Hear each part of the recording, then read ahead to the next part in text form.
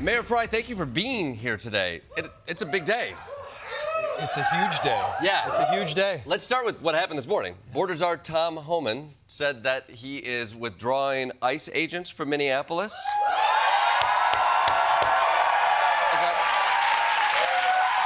He says he has talked to Donald Trump and that Operation Metro Surge is over. Do you call bullshit on that? Is that really happening?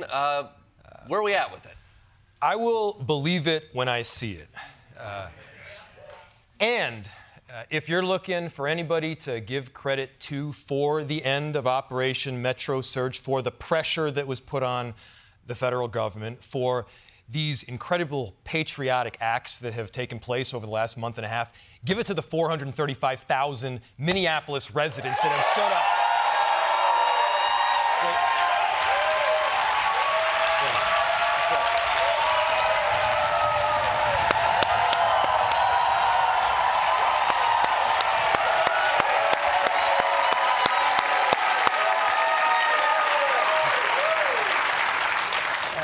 I mean, they are truly an inspiration. They have been protesting peacefully by the tens of thousands. They've been dropping off food for people that are otherwise scared to go outside and leave their homes. They're watching guard on a daycare. I mean, they are the defenders of this great republic in this moment. I mean, they are everything that it means to be American. I mean, it has been remarkable to see what the protesters have been doing in Minneapolis. I think there's still a lot of questions, right, about whether or not you can trust the Trump administration to follow up on its word. Do you have any knowledge right now of ICE agents being removed? I know there were 700 that were promised to be removed a few weeks ago. Like, I'm seeing things online, at least I was this past week, images of ICE agents changing tactics and not leaving. Do you have any sense of what is happening right now on the ground? Both my hope and my expectation is that this operation will be drawn down in the very near future. And by the very near future, I mean in the next week or so. And simultaneously, like I said, we'll believe it when I see it. We have seen a variety of unconstitutional acts that have taken place on the streets of Minneapolis, the kinds of things that have happened. Never in a million years would I think that a federal government would be invading a great American city. And so it is my expectation that it will be drawn down. It is my hope that it will end. And here's the thing. It's not good enough for it to end in Minneapolis and then go to terrorize some other great American city. What do you do if a week from now there's still 2,000 ICE agents in Minneapolis? Well, look, we do everything that we can do under the law. We are preemptively suing. We have recognized that the kind of discriminatory actions that have taken place are not just in violation of local law, but they violate the United States Constitution. I am expecting, I am hopeful, again, that in this next week, it'll not just be drawn down, the Operation Metro Surge will end, and we'll be back to the numbers that we saw before. And by the way, ICE has been in Minneapolis, ICE has been throughout the country for decades now. We're not talking about ICE doing normal ICE stuff. What we saw was these roaming gangs walking down the street, terrorizing people, detaining them exclusively based on the fact that they looked like they're Somali or Latino, and then indiscriminate pickups thereafter. You can't do that in America. That happens in other countries. But when it happens here, it shouldn't be a Democrat issue or a Republican issue. It should be, hang on a second, this is not how we conduct ourselves in this nation. We got to stand up. I think, and our neighbors are. I'm curious. A lot of cities are looking at Minneapolis to see what happens if this lands in their city next and what happens to America, both from a protest standpoint, but also from a governmental standpoint. Tom Homan called this a success. I'm curious what conversations you had with Homan, what concessions you had to make, what was given up for Tom Homan to feel this was a success? Well, first off, we did not capitulate. We did not back down. Clearly, look, this was not about safety from the very beginning. This was not about immigration. This was about creating a political narrative about a democratic city in a democratic state and trying to show that these are places of chaos. But what we showed is that we're not going to back down. We're not going to get bullied. What we showed is that we're going to stand up for our neighbors. And, here's the thing. Is that what Homan is responding to? I can't speak. Do you feel like he felt that was the police force? Did you allow the police force to get into the prison system? And did he feel that he was being met with care with the police force there? I know there's been a lot of criticism with the protesters in Minneapolis about the use of police and whether or not they're helping ICE with the protesters that are there. How do you look back on what happened? And do you feel like they're starting to craft a different narrative about what actually happened on the ground? Well, I'll tell you what has been happening on the ground, not just for the last month and a half, but for the last several years. Yeah. We do work with the federal government when it comes to keeping people safe. We work with the DEA and the FBI and the ATF and the U.S. Attorney's Office to successfully drive down crime and, yes, arrest criminals. I'll take a position that I think is one of the easiest positions I've ever taken before, which is in Minneapolis, we're anti-murder and we're anti-rape. Strength. Bold positions. Bold positions. Very bold. And if this were about that, yeah, we do work with the federal government. We work with any administration that is about keeping people safe. But here's the thing. It's not based on where someone is from. The important piece here, if you commit a murder or if you do something bad in the United States, you're held accountable as an individual. You do not hold an entire community accountable. You do not hold an entire city accountable for the actions of a few.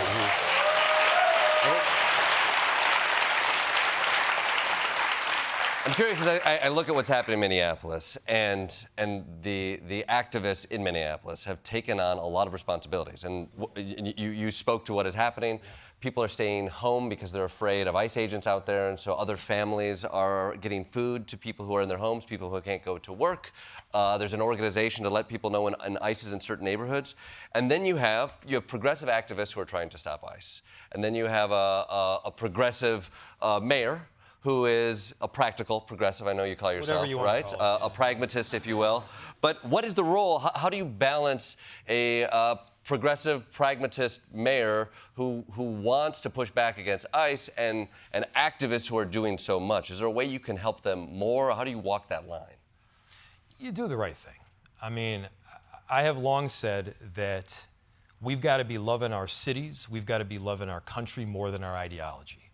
And when it comes to loving our neighbors, that's an area where you just don't back down and you don't compromise. We have said very clearly, you should be peacefully protesting. To those that are out there in the public square videotaping what's happening, well, that's a public service. That's patriotic in and of itself because you're adding sunshine as a disinfectant.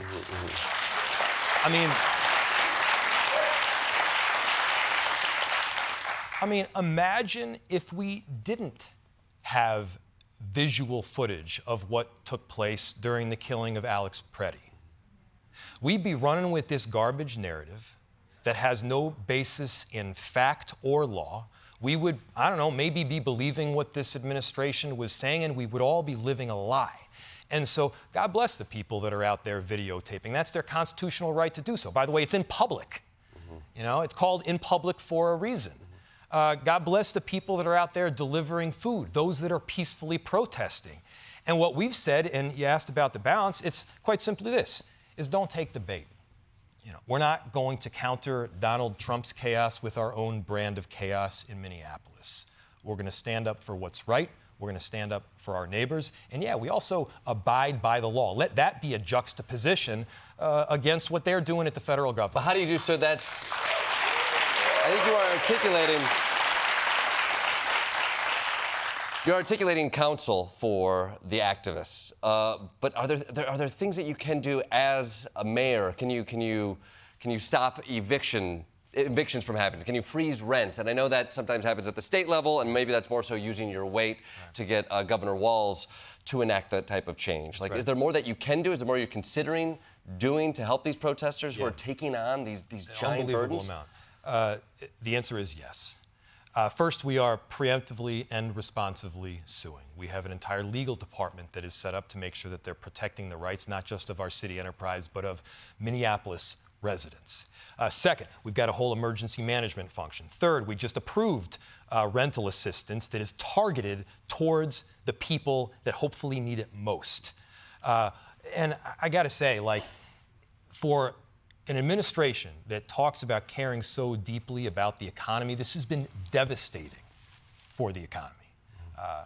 Businesses have lost money. The people who work at those businesses aren't able to pay the rent, and so we need to be doing everything possible to help them out, to get them rental support. We've got our community service officers that are out there delivering groceries and food to people that need it most. We're making sure that our police officers themselves have their body cameras on and activated, so to the extent that they witness something that is against the law, we can then use that evidence in court. These are just a few things that we're working on right now. And the reality is that when you've got a federal government that is coming in with 3,000 to 4,000 federal agents and you've got only 600 police officers, yeah, there's a differential there. But what American cities can show right now is that we do not act like the federal government does. We stand up for our constituents, and we're going to do right by them. Now you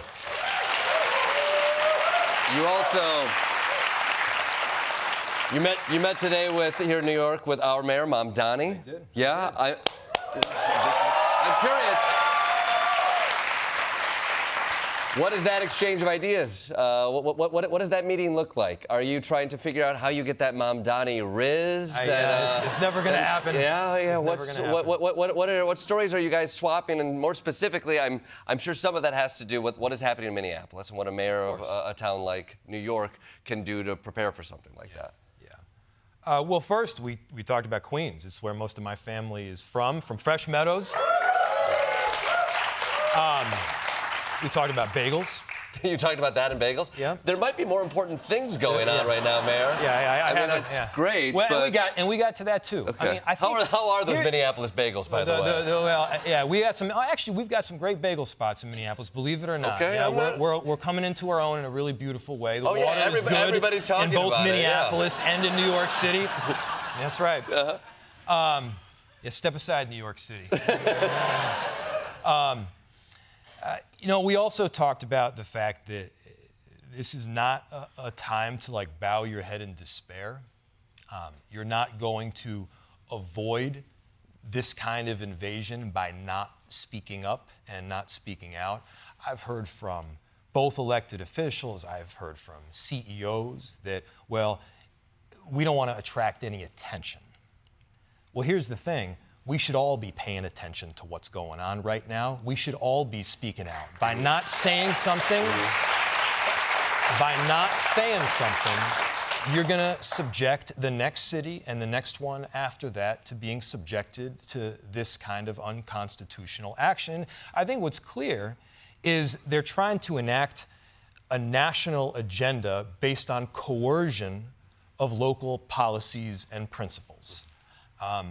Trying to get us to abandon our separation ordinance, which says very clearly that we do not enforce federal immigration law. These are principles that are really kind of obvious if you think about it. We as mayors, we operate in the reality business. And whether you're Mayor Mamdani or even Mayor Rudy Giuliani, even he recognized the importance... Big Giuliani fans here, by the way. I know it. Even he, though, recognized the importance of having a separation ordinance. Why? Because he wanted everybody to feel comfortable calling 911 when they were witnessing a crime. He didn't want people living a life as a vigilante. He wanted people to call 911 without the fear that they would get deported based on their documentation status. That's not even a moral issue there. That's just smart policy to achieve safety in a city. Now, we will see what happens here, whether or not we can trust what happens with the Trump administration, what happens with the ICE agents there. But as you look at a town like Minneapolis, what can you tell people? How do they support not only the protesters, but the people of Minneapolis? Yeah. I'm sure there's a whole lot of people throughout the country right now that are inspired by activists and hockey moms, by local shopkeepers and fathers that are all standing up and saying, you know what, we love our greater and collective family. They're inspired by these people from Minneapolis. One of the best things that you can do for Minneapolis right now is come to Minneapolis. Wait, in February? I'm telling you. We embrace winter. Yeah. It is stunningly beautiful. We, by the way, are recognized as the happiest city in the entire country. Is that right? I don't know what criteria they use to arrive at that conclusion, but we are the happiest I've city seen that in the state country. fair. It might be the City of access to Lakes. gluttony that's there. Well, You can eat whatever you want. All of it. No, I'm not from there. I'm from the East Coast. And I ran the Twin Cities Marathon. I fell in love with this beautiful city in a park. Best park system in the country, by the way. You got to go to one in the center of this city. It's pretty good, too. I've heard about it. Yeah, what is it called? Middle Park? Yeah, or something Middle Park. Like that? You should check it out. I'll drop a pin for you. You know, but come check it out. Go visit our Somali malls. Go check out these incredible Latino businesses that we have. I mean, these are places that deserve our support right now. I don't want to undermine the fact that this has been catastrophic to small local businesses throughout our city, that we're on a massive comeback. Crime was dramatically down, business substantially up, Minneapolis on a great comeback. To do your duty as a great American, come to our city, help us out right now, and show this administration that when you come for one of us, you come for all of us. We stick together. There you go. That is the message. Let me tell you.